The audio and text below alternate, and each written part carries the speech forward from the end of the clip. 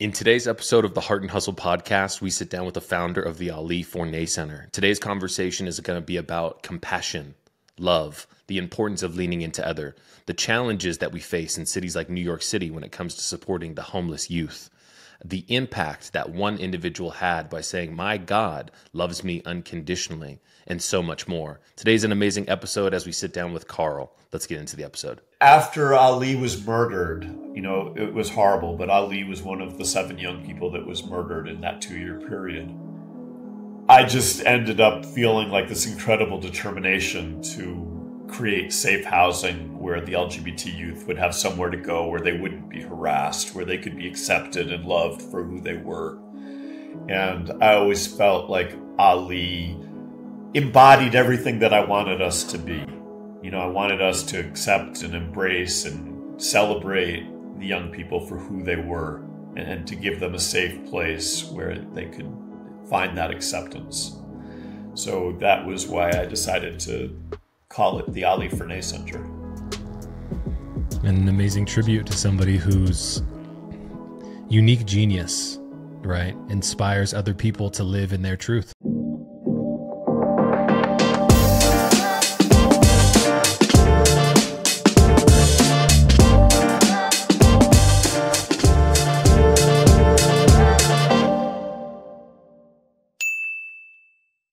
So Carl, when we met last time, you shared an experience that you had when you were a young child. You said it was an experience full of love and compassion, and you spent a lot of your life trying to figure out how you could, I would say, inject, if you will, that love and compassion into the work, into the community that you serve.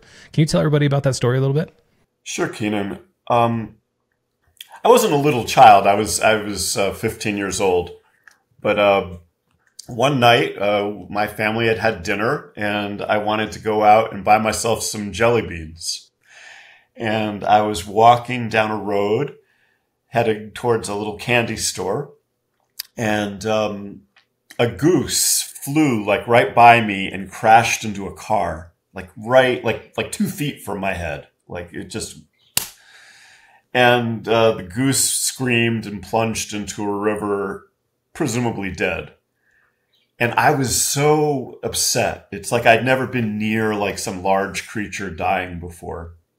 And I started running down this road, and I stopped in front of a convent, where nuns lived. And they had this kind of tacky mosaic of the founder of their order. She taught poor children. I guess she was surrounded by her poor children.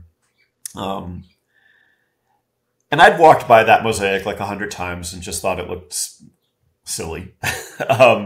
Nothing like what I was used to in affluent suburban Connecticut, where we were all very minimalist and whatever. But that night, something just went boom, inside my consciousness. I just stood in front of that mosaic, and I don't know how to explain it. It was like some kind of light opened up inside of my soul. I never even thought about my soul before that.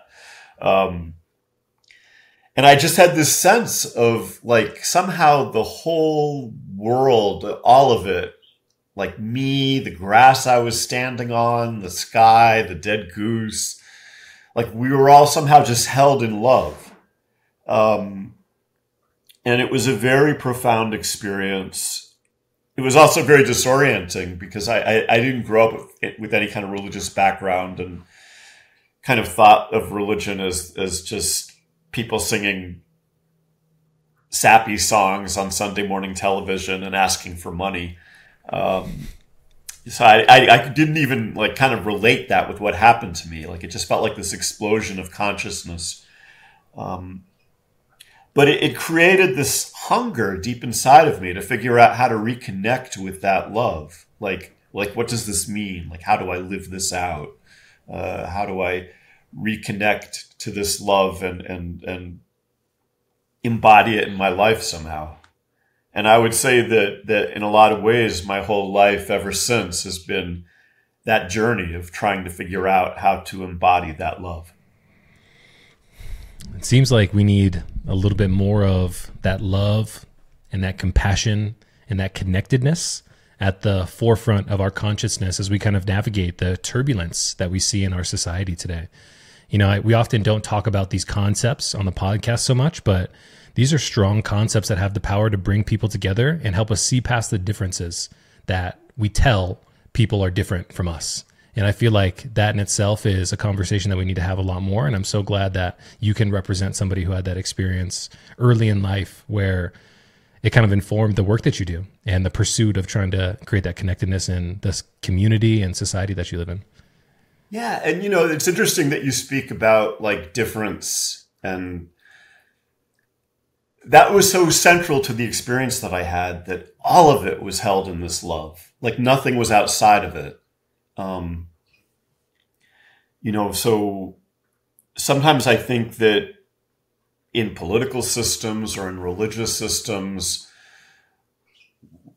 you know, we want to have this demarcation between like, you know, who's saved and who's doomed, and, you know, who's just and who's unjust, and who's worthy and who's unworthy. That experience kind of shattered that for me. Like, I don't see life like that. And how has that informed the work that, you know, you've become so passionate about? We're going to talk about the Ali Forney Center here in a little bit, but before we got there, you know, you talked about the things that you were doing in Times Square in New York City and advocating and bringing people together and creating safe spaces. Let's talk a little bit about those early days, and if we can get into how influential Ali was in your life and the experiences that he created for, you know, the people who are around you. I think that would be really powerful for the audience as well. Sure. So can I step back a little bit? Of course. Like even before I started, because I was like 30 years old by then. So that's like, you know, got a lot of time to cover. Way down. Yeah. So I ended up converting to Catholicism about 2 years after I had that experience. And I was very attracted to this kind of radical, progressive woman that had started something called the Catholic Worker Movement, where people really tried to live out the Sermon on the Mount, you know, loving your enemy, sharing what you have with the poor. So we would live in community together with homeless people. Like, you know, we would bring in homeless people to live with us, and we would run soup kitchens, and we would protest outside of nuclear weapons factories. And it was a very radical life. And I wanted to live a radical life. Like, you know, I felt like to live a life guided by love meant that you had to really radically question sort of the mainstream values of our society, the kind of greed and desire for power and control. You know, I wanted to live in a much more open and vulnerable way. But I was also a gay man, and I wasn't really dealing with that. And in some ways, I think like this big religious quest was a convenient way of not even, you know, like of having a distraction from my sexual self. And one day I was in this shrine to this saint, Saint Therese of Lisieux, and I was praying for guidance. Like, you know, I felt like I was called to a certain kind of holiness that I hadn't figured out how to embody yet. And suddenly, while I was on my knees praying, I had this conviction that I couldn't follow God with integrity, and I couldn't serve poor people with integrity if I tried to hide the part of myself that was subject to oppression and persecution, you know, and that was my queerness. And so I had this very strong sense that I had to figure out a way of integrating my queerness with my desire to you know, to be this loving person. So a year later, I was at the Catholic Worker, and the community was really struggling. It had always been very shaped by this principle of radical hospitality. So, you know, we would welcome homeless people to live with us. We would care for people who were hungry and poor. But there had always been a lot of closeted gay people at the Catholic Worker. And and this was the 1980s. The AIDS crisis was sort of devouring New York City. And a lot of us started thinking maybe we need to figure out a way to like also show welcome and hospitality to those people among us who are queer. And that was a real problem.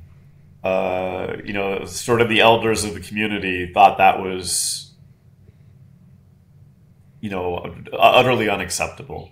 And why was that? Well, when you were having these type of conversations, are these community leaders? Are these elders of the community in which kind of you guys were, representing? What are we talking about here? Well, the Catholic worker movement is kind of an anarchist movement. So we didn't have like a defined leadership structure.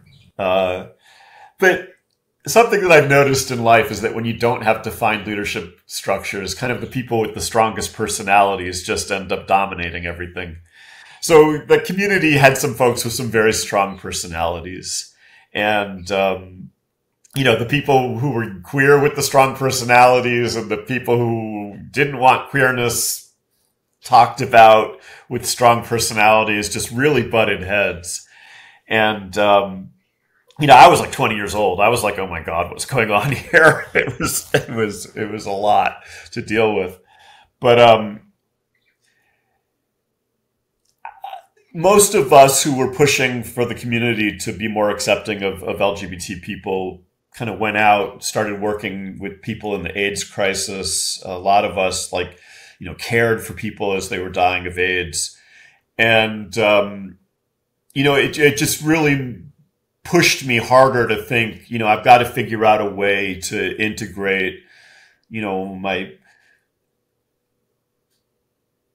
my spiritual yearning to serve and love others, with my queerness. And so that really led me to where you asked the question about being in Times Square in the mid-90s. In 1994, I became the director of a drop-in center for homeless teenagers in Times Square called Safe Space. And about a third of the young people coming to us at that time were LGBTQ. And I was astonished when I started working there at the conditions that the young people were in. Not just the LGBT youth, all of the youth. I was used to this idea, from working with homeless people in New York for about 10 years at that point, that homeless people in New York had a right to shelter. There'd been a lawsuit in the 80s that had determined that New York City had an obligation to provide shelter. But I quickly learned that when I started working with the teenagers that did not apply to teenagers, that most of the young people we were working with were just stranded out on the streets with nowhere to go. And but what I also saw very clearly was that the LGBT youth had it the worst. There was one youth shelter in town run by a Catholic organization that was very discriminatory at that time to LGBT youth. Other kids would beat up and harass the young people. And some of the staff would tell the LGBT youth that they were sinners, that they should repent, that they should pray to be delivered of their homosexuality. Or that they should hide it, that would make it safer for them. That might have been well-meaning, but still it's an awful thing to tell somebody to lie about their truth. So in practice, because LGBT youth couldn't go to this one shelter, they were just stranded out in the streets. Mostly they survived through sex work, prostitution, or drug dealing, or a combination of the two. New York City was in the throes of the AIDS crisis. It was also kind of the tail end of the crack epidemic. It was a time of a lot of violence in the city. So being out in the streets, doing sex work and drug dealing was very dangerous. Incredibly. And one after another, the young people that I was working with would get killed. Over a 2-year period, 7 young people that I worked with were murdered in the streets. And what was really disturbing to me was that almost all of them were LGBT, especially transgender women. It was like, overwhelmingly like transgender women who were doing sex work were being murdered. And in the middle of that, I met Ali Forney. Actually met Ali Forney the first day I started working at Safe Space. And Ali was a Black non-binary youth. Well, I say non-binary. We didn't really have that language back in those days. Part of the day Ali would be dressed as a male. Part of the day Ali would dress as female. Ali would use both pronouns, male and female. And it was like a desperate time for these kids. They were really in just a lot of violence, a lot of hardship, kids getting arrested all the time, kids getting beaten up all the time. Carl, do you mind if I ask you a question? Sure. Ali, the impact that he's made on you, the community, and the legacy that he's left is incredible. Now, there are people who continue to advocate through amazing systems like the Ali Forney Center.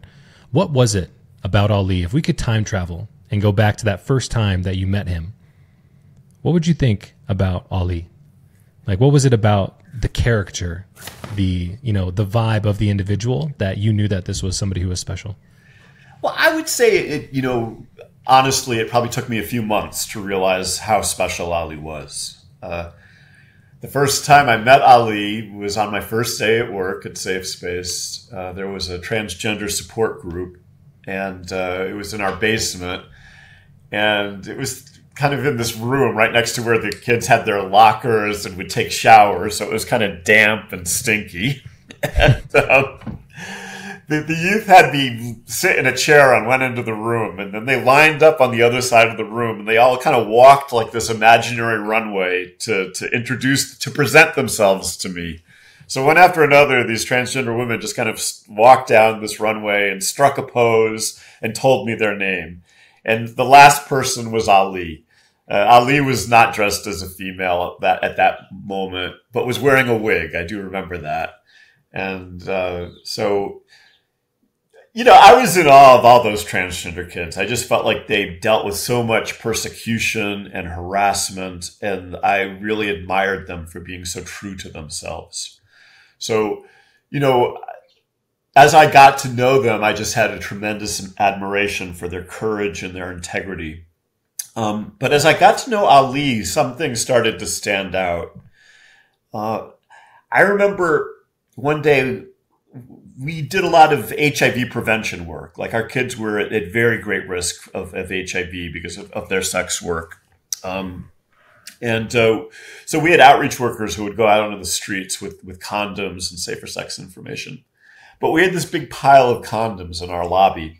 And I remember watching Ali sticking up hundreds of condoms into his knapsack.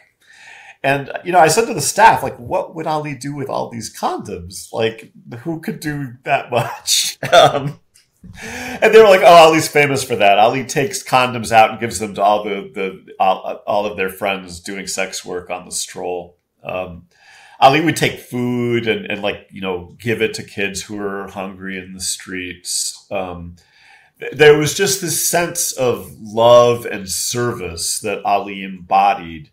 And it was in a time when these kids were treated like they were nothing, like they had no human value. And Ali saw their value and saw that they were worthy of love and somehow, was able to, even though, Ali was going through a lot of hardship themselves, but still Ali was able to be loving and to treat the young people like they had human value.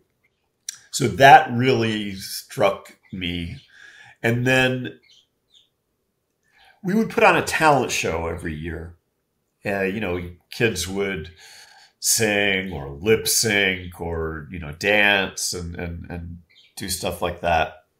And Ali, I remember the first year, closed the show, sang, Ali loved gospel music, and Ali sang His Eyes on the Sparrow, and then launched into this kind of free-form preaching where, Ali started going, It doesn't matter if I wear a dress and a wig. It doesn't matter how I walk. It doesn't matter how I talk. God loves me for who I am.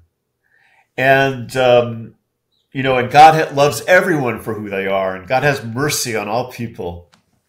And I just felt like, here's this kid who has experienced so much rejection and persecution and harassment and brutality, being able to hold on to this vision of kind of divine love and mercy that embraces everybody. That was really profound for me. Especially after what I'd gone through with my own Catholicism, with seeing kind of homophobic stuff.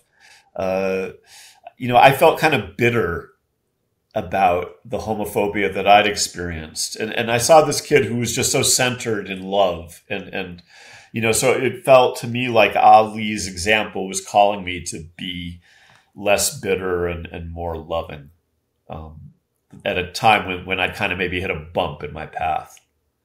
And then after Ali was murdered, it was horrible, but Ali was one of the 7 young people that was murdered in that 2-year period.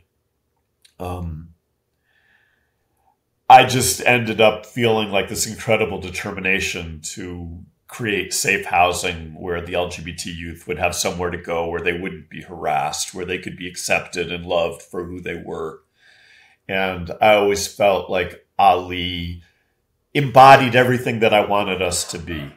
I wanted us to accept and embrace and celebrate the young people for who they were, and to give them a safe place where they could find that acceptance.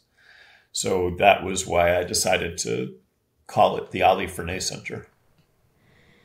An amazing tribute to somebody whose unique genius, right, inspires other people to live in their truth. And I feel like that's kind of an underlying current of this. We come across people who are so comfortable showing up as they truly are that often it makes people recognize what a lie they've been living personally, And I feel like there's few and far between of those spirits that we come across in life who inspire us to do amazing work by other people. Yeah, there's something weird about us human beings. We have a real capacity for a kind of blindness, I think.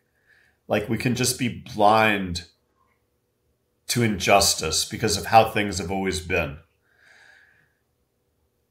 Like during the time of slavery and Jim Crow, thousands of white people probably thought they were good and decent people while accepting and not fighting against something that was just so wrong and so evil. And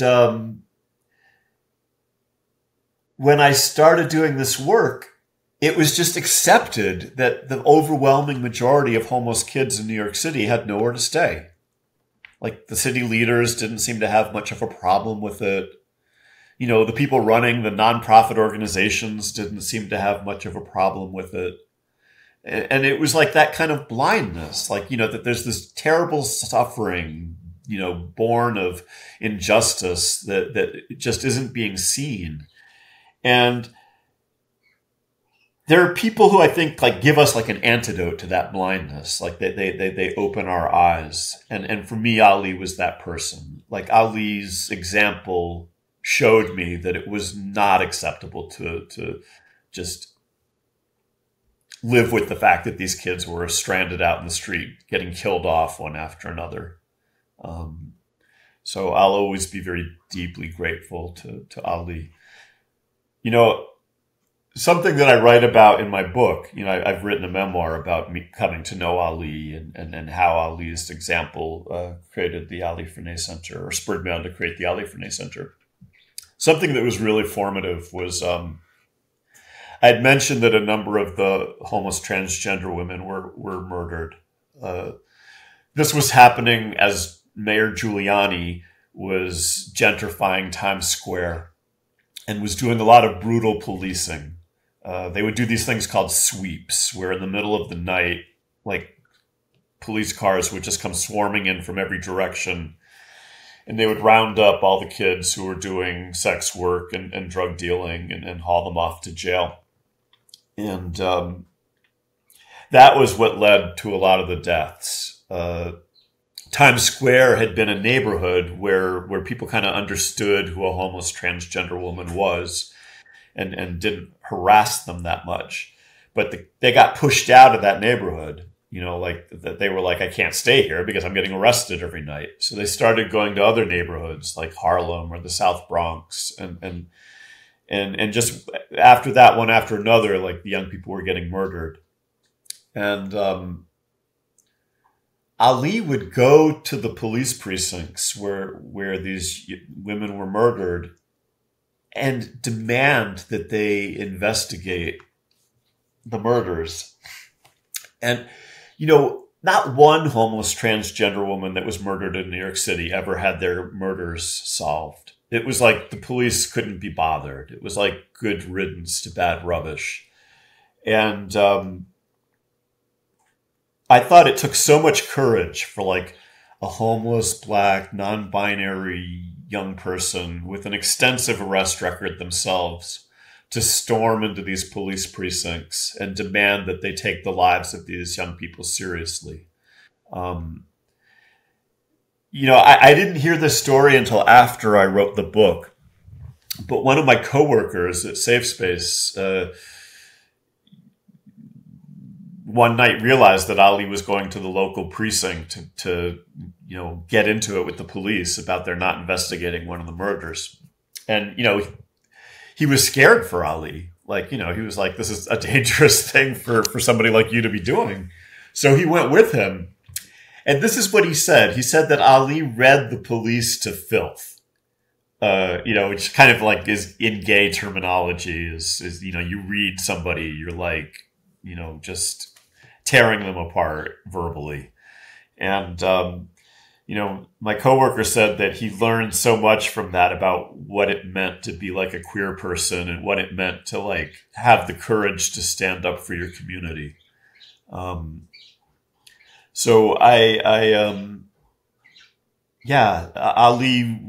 was one of the most remarkable people I've ever met. I feel so fortunate to have spent 3 years of my life with Ali and be able to witness that capacity to love people, to see through injustice, to kind of pierce through that blindness and treat people like their lives matter.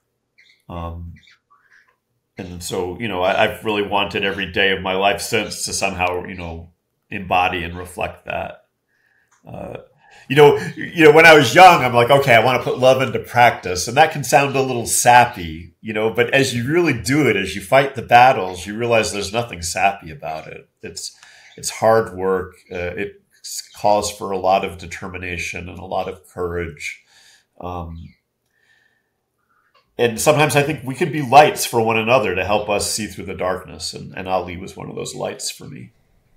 I had a guest on the podcast in the recent weeks. He's an individual named Chris Nelson, and I've shouted him out a couple times on the podcast recently. He's the CEO and founder of Freedom Service Dogs. He trains dogs for veterans who need a four-legged battle buddy to overcome feelings of anxiety, PTSD. And in our conversation, we had a little bit of a segment where we talked about what it means to truly be alpha in this world. And he said, when people think about alpha, social media, the media in general, talks about being big and tough and scary.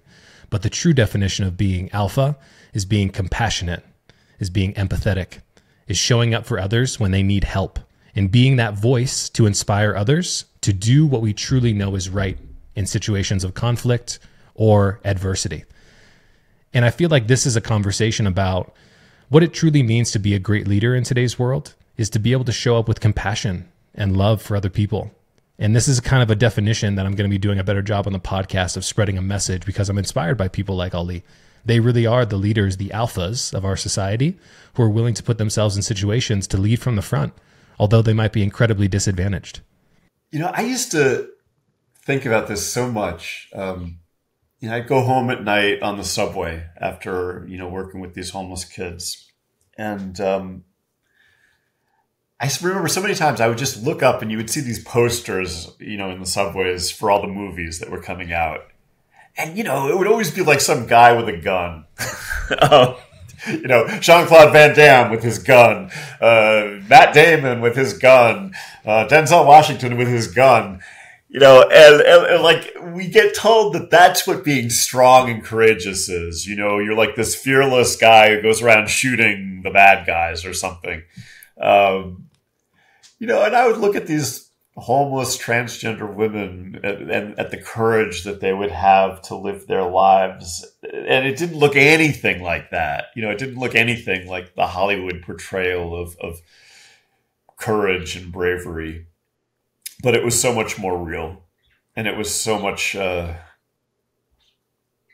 cooler than going around shooting people.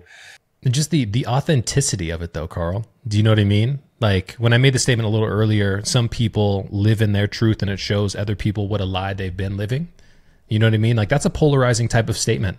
But when you can pick up on someone's authentic courage and trust and bravery in themselves and who they truly are, I feel like we see such an uproar in society because it is a subconscious example of maybe us not being brave enough to be who we truly are, very transparently.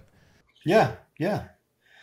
I don't know. I think like in some ways in our country, we're dealing with like this disconnect. I don't know how to express this. I think I'm more thinking of like whiteness right now. But I think there's something in the psychology of our country where we need to think we're the good guys all the time. And we kind of need to be blind to the bad that has gotten us where we are sometimes. We're a country built on the genocide of the native populations. We're a country built on the sweat of enslaved people. And I think it's really scary for us to see the wrong that we've done. But I don't think you can be authentic if you can't be honest about who you are and where you come from and how those things tie together. The other thing about that stuff, Carl, is, I'm a black man. My father's black. My mom is white. My great-grandfather was a sharecropper in Arkansas, traded his livelihood for a place and a piece of land that he could work to have a safe place for his family to live, right? And the examples that I often share is we have to remember how long ago those things were not. We're talking 2 generations of men separate me from that experience of life. And I feel like in this world of distraction, right, we often are very quick to say that was so long ago. That doesn't influence any of the things that we experience here today in society. But they definitely do. Yeah. Something I'll never forget. The first Catholic worker community that I joined when I was 18, like I actually left home the day I turned 18 and went to live in this community in Washington, D.C. And this was in 1983. And most of the people in our neighborhood were from North Carolina. Were black folks from North Carolina who had kind of come up in the 50s and 60s during the kind of Great Migration from the South to the northern cities. I was 18 years old, right? And there were these guys that would live with us, like homeless men that we'd welcome to live with us who were like in their 50s and 60s. And they would all call me Mr. Carl. And I remember like saying to my coworker, like, I'm 18 years old. Why are they calling me Mr. Carl? And they were like, oh, that's because of Jim Crow. Like they were told that if they weren't, subservient in their manners to white folks, that, that their lives would be at risk. I would beg them. When I realized that, I was like, this is awful. I was like, please don't call me Mr. Carl. And they just, it was so ingrained in them, so I feel like that's in my, that somehow entered in the DNA of my own lived experience, like just seeing like what people went through with Jim Crow and,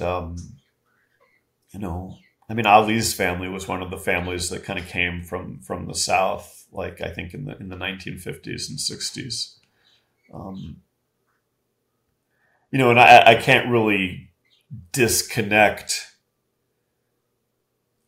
like the brutality that these young people faced and the kind of governmental negligence that was willing to leave all these homeless kids in the street with the reality that most of them were black and brown, you know, and I think that was in a way like me seeing like an unresolved remnant of that kind of devaluation. Carl, I think it's really important. We've talked about the impact of Ali, and we've talked about his lived experience. We've talked about the tragedy of him passing too early. We've talked a little bit about his legacy. I want to talk about some of the macro changes that we've seen in inspiration because of this. Now, I know that by coming together, you guys have also been able to influence policy as well. And there was a huge amount of money that came in funding to be able to house homeless youth. So let's talk a little bit about the macro impact and the change that's happened because of incidences like this. Sure. So as I said, when I started doing this work in the mid-90s, there was only one youth shelter. It had, you know, about maybe 150 beds that were supported by the city. And we would see about 3,000 kids a year at our drop-in center, most of whom just had no access to shelter. And then in 2002, I started the Ali Forney Center. But when I started it, there was like no funding available for like a homeless LGBT youth shelter. You know, at first I had to just cobble together things with individual donations and some money that my grandmother had left me. And then in our early years, it was still this reality that most of the young people we worked with would wait for months to get into our beds and would just be stranded out in the streets. And it was so scary for me, like having lived through these murders, you know, of these kids who died in the streets without shelter. You know, I found it terrifying. You know, like every day I would be scared that you know, the next Ali would happen, you know, that one of these precious young people would get killed in the streets. And I really tried to push the city to ramp up its response to homeless youth. But it was a weird time. It was like Mayor Bloomberg had replaced Giuliani as the mayor of New York, and he just really had no interest in homeless kids. And in fact, every year he would do this budget proposal where he would propose cutting the funding in half. At that point, you know, there were maybe 250 beds, but there were thousands of kids in the street. So, you know, he would propose cutting those 250 beds in half, and the New York City Council would fight him on it and not let him cut. But we needed so many more beds, and I was really racking my brain trying to figure out a way to do this and change the dynamic. Now, it was interesting because the LGBT community at that point was very focused on marriage equality. That was sort of like, it kind of was the galvanizing issue. Like, we want to have our right to be married recognized. And there was a big fight going on to make marriage equality the law of New York State. And both Mayor Bloomberg and the newly inaugurated Governor Cuomo around 2010, 2011 really positioned themselves as champions of marriage equality. But both of them, like, were trying to cut the budgets for homeless kids. You know, and I was like, how can you say that you're a champion for LGBT people if, like, you know, half the homeless kids in New York are LGBT and you're like going to leave them in the streets? So I ended up pulling together a group of LGBT activists, service providers, and homeless kids themselves who joined with our efforts. And we called ourselves the Campaign for Youth Shelter. And we started saying, like, you could not be supportive of the LGBT community as a political leader if you were going to leave homeless kids out in the streets to suffer and die. And we really tried to pull in like all the power players in the LGBT community to fight for this. And especially after marriage equality passed and became the law in New York State in 2011, a lot of the activists who had been fighting for that started fighting with us. And it took a couple of years, but we were demanding that they add 100 beds to the youth shelter portfolio every year until such time as there were no longer waiting lists at the youth shelters. And we were able to get all of the LGBT political clubs, the progressive political clubs in New York City, the LGBT newspaper. They all made it part of their endorsement criteria. You know, that if you wanted their endorsement as an elected official, you had to say you were going to do this. And by the time Mayor de Blasio was elected in 2014, he had promised that he would do this. And in fact, he brought us over like the course of his mayoralty. We went from having 250 beds to about 850 beds. And those additional beds were transformative. I mean, you know, whereas before that, like our kids would all be waiting for months to get a shelter bed. You know, by the time these beds were implemented, like most of our youth would be able to get those beds within a day or two, you know, so they wouldn't be stranded out in the streets. And, you know, we had all these rallies. We would go and testify in the city hall. We would sign petitions. We would get all these churches to like call the politicians and say this is unacceptable to leave the kids out in the street. It was this big push. It took several years. But, you know, we ended up getting over $30 million a year invested in these kids, you know, who had been treated like crap, like, you know, like they were totally worthless. Can I read you something from my book where I just kind of reflect on what we did? Please, Carl. Yes, absolutely. Okay. And I'm a bad preparer because I meant to like set the page, but I forgot. So, oh, but here it is. All right. So what I'm kind of doing here is that this is the very end of where I talk about this whole fight. And I'm sort of reflecting on the difference, but also on the spiritual aspect of it. And I want to just, before I do that, you know, the Stonewall riots that kind of set the LGBT movement in place, you know, it was the Stonewall Uprising. It happened in August of 1969. And a lot of the foot soldiers in that riot were the homeless kids who lived out, you know, on the streets in the West Village of New York City at the time. I met several of them, and they told me how it was like the street kids who had fought the hardest, and they were the ones who had nothing to lose. And one of these kids, you know, well, he's not a kid anymore. He's like in his 70s now, but at the time, he was like a street kid, you know, like a 19-year-old street kid. He was very religious, and he told me that like when the homeless kids kind of, they uprooted a parking meter and they used it as a battering ram to break down the doors of the Stonewall Inn when the police had retreated inside after the uprising started. He told me that when he saw them tear down the doors, it was like seeing the tomb of Christ breaking open on the morning of the resurrection.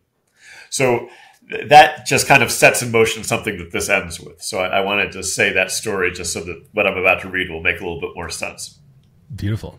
Our victory transformed the landscape for all of New York City's homeless youth, not just the LGBT ones, because we got all these beds for everybody. Think of it. Our queer community was able to compel a radical reformation of the city's care of its most impoverished youths. I was so proud. I generally believe it's wise to be humble about one's identities, both personal and collective. No group of people is without flaws, just as no individual is perfect. But here, as a queer person, I feel able to boast wholeheartedly. Along with the courage of the Stonewall rioters and the ferocious determination and compassion with which our community responded to the needs of those with AIDS, those months when I watched us come together and fight to protect our kids demonstrated what was best and strongest and most beautiful about our LGBT community. We are a community attacked and vilified by many religious leaders. We are called groomers.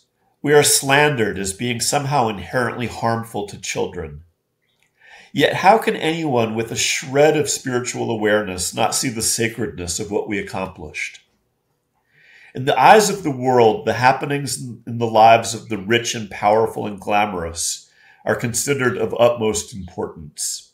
Their whims, their clothes, their sex lives, their conflicts, their lifestyle blogs and social media brands, even the decor of their kitchens and bathrooms devour public attention. I believe that what matters to God could not be more different. Those who are poor, outcast, regarded with contempt, they are the ones who are the most beloved in God's eyes. For decades, the queer youths of our city were treated as the wretched of the earth, beaten, bullied, scorned, harassed, persecuted, left outside to die in the streets. By fighting to protect them, our LGBT community became a vehicle of justice and love, and as I see it, an instrument of divine will. Together, we broke through the door that separated our young people from the collective concern and brought them inside. It was like seeing Christ's tomb breaking open. Carl, that is incredibly powerful. Well, that's something I'm very proud that we were able to do. And it gave me a lot of hope and encouragement as a queer person to see so many queer people kind of come together and stand up for these abandoned kids. I feel like I'm really lucky that I got to be part of that and got to see that. And I feel like, nothing is going to make the pain of Ali's getting killed on that home. Ali was shot point blank in the head on a cold December sidewalk, died homeless in the streets. I mean, nothing makes the pain of that go away, but I'm grateful that I was able to go on a journey where I was able to have this beautiful outcome of so many young people being given safe housing to come out of that horror. What this is a real example of is the underlying humanity of people coming together and advocating for people who often don't have a voice. We talk about the different labels of people and everything like that, but this is a true story about love and compassion.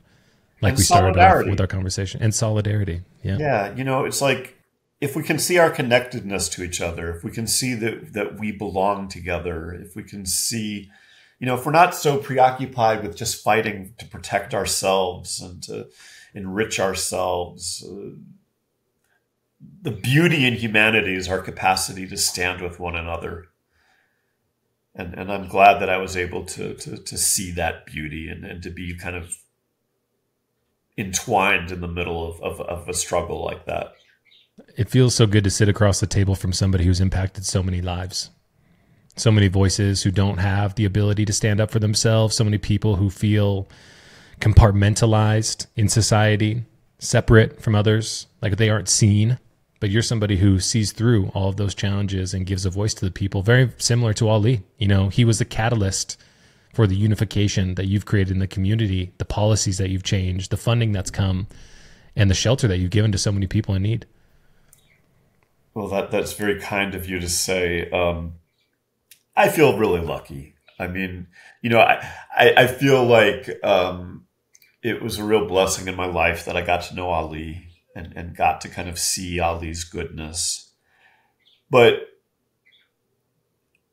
I've also gotten to see thousands of other good people, who kind of came, like, if thousands of people hadn't joined me, if there hadn't been so many donors willing to fund our work, if there hadn't been so many compassionate, thoughtful, generous people willing to share their lives with these young people, like working with us. If we hadn't had so many volunteers, fight with us and be with our young people. I mean, yeah, I feel like I'm a really lucky person that I've got to be part of all of this. But, it would be a false narrative to somehow put out that I did this. Like, a lot of people did this. A lot of people came together. I might have been kind of a catalyst, but if thousands of others hadn't joined in, none of this would have happened. It's a weird thing. I feel like I've seen some of the worst of humanity. When these young people tell me like about, their parents telling them that they're abominations, that they're, sinful before God and that they throw them out in the streets, that's awful. It's awful to see these kids who've had their lives torn apart by that kind of hatred and rejection. So I feel like that's some of the worst. But then, the care and the love and the generosity that people have come to try to protect those kids has been, some of the best.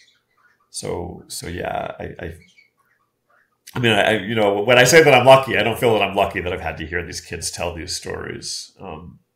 That's been really hard. I've listened to kids tell me about their suicide attempts. I've listened to kids tell me what it's like to sleep out in the street and be, scared to death. And some of that stuff is going to haunt me, I think, until the day I die. But I'm just grateful that I have the love that so many people have shown is like the anchor that keeps me from drowning in all of that, or the life raft that keeps me from drowning in all of that.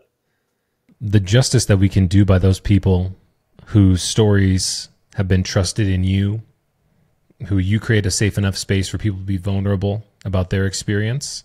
The best thing that we can do is to continue to tell this story. So even just you showing up here for this short hour of time is incredibly valuable, because we don't know how this story is going to inspire and impact people who come across this someday. Yeah, well, that's why I decided to write my book. I mean, I felt like I've been in the middle of this incredible love story, that started with Ali and that kind of branched out into so many people and that touched so many people. I felt like it was an incredible story, and I felt like, I really wanted to tell it. So I thank you, Keenan, for giving me the opportunity to talk about that here.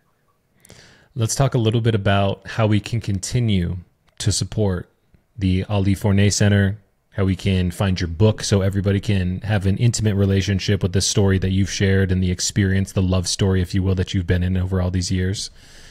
How can we find more? I hope that on you'll have like a page for this podcast, right? So hopefully you'll put like a link to the Ali Forney Center's down website. In the description, everybody. Yep, exactly. Yeah. It's www.aliforneycenter.org. I'll be real. Housing people in New York City costs a lot of money, and we need to raise a lot of money every year, and it's a lot of pressure and a lot of stress. So if people are moved by this to want to contribute to our young people, this is the time of year where we're trying to raise a lot of money to give. Over 150 young people live with us now. In sites scattered around the city.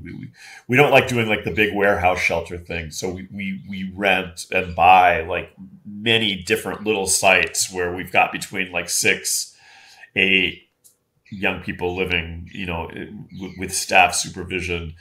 But we put a lot of time, like the holidays are just a really depressing time for a lot of homeless kids. It's like that's when you feel the pain of being rejected by your family the hardest. So we put a lot of effort into trying to give them as joyful and abundant a holiday, both for Thanksgiving and Christmas as possible. So this is a time of year where we're doing a lot of fundraising. So, if people want to support us that way, you can also see on our website, like different ways that people can volunteer. I know that your podcast doesn't just get broadcast in New York, it gets everywhere. We're actually working with groups around the country and even around the world who are developing and providing housing for homeless LGBT youth. So you can, even by visiting our website, you can find like the groups that we're working with around the country and around the world if you're looking to support groups that are closer to your local community. And I would, encourage people to do that. I think, people need to look in their local communities and see where the need is most urgent. And then here's my book, Making Room, 3 Decades of Fighting for Beds, Belonging, and a Safe Place for LGBTQ Youth. It's quite a mouthful. But you could just, maybe you'll put a link to that too, Keenan. That would be nice. But yeah, like I tell the story in a much deeper and more intense way than I can possibly do in a 45-minute podcast. But I think it's a good read, so I encourage folks to read it. Well, I know that, you have brought so much value to this conversation today. You've been able to show the passion that you have for this work, the lived experience, those moments of enlightenment that we talked about as a 15-year-old coming across the experience, having a goose fly right past your head, right? And then having that moment of almost connection and ecstasy, which informed the work that you do, continuing to this day, and the work that you will continue to do, man. I would say that there is a burden that you have been blessed with to continue to tell this story. And I'm glad that, the podcast could be a part of amplifying that voice and amplifying that story for you, man. Well, thank you, Keenan. And, it seems to me that you have a very thoughtful and open and compassionate spirit. And it's been a pleasure to discuss this with you. One of the traditions we have here on the podcast, Carl, is we end by having our previous guest ask you a blind question. Now, the previous guest wanted to know, out of all of the experiences that you've had in overcoming adversity, as you sit here today, what does courage mean to you? When I started working at Safe Space, there was this woman named Sherry Ham. She was a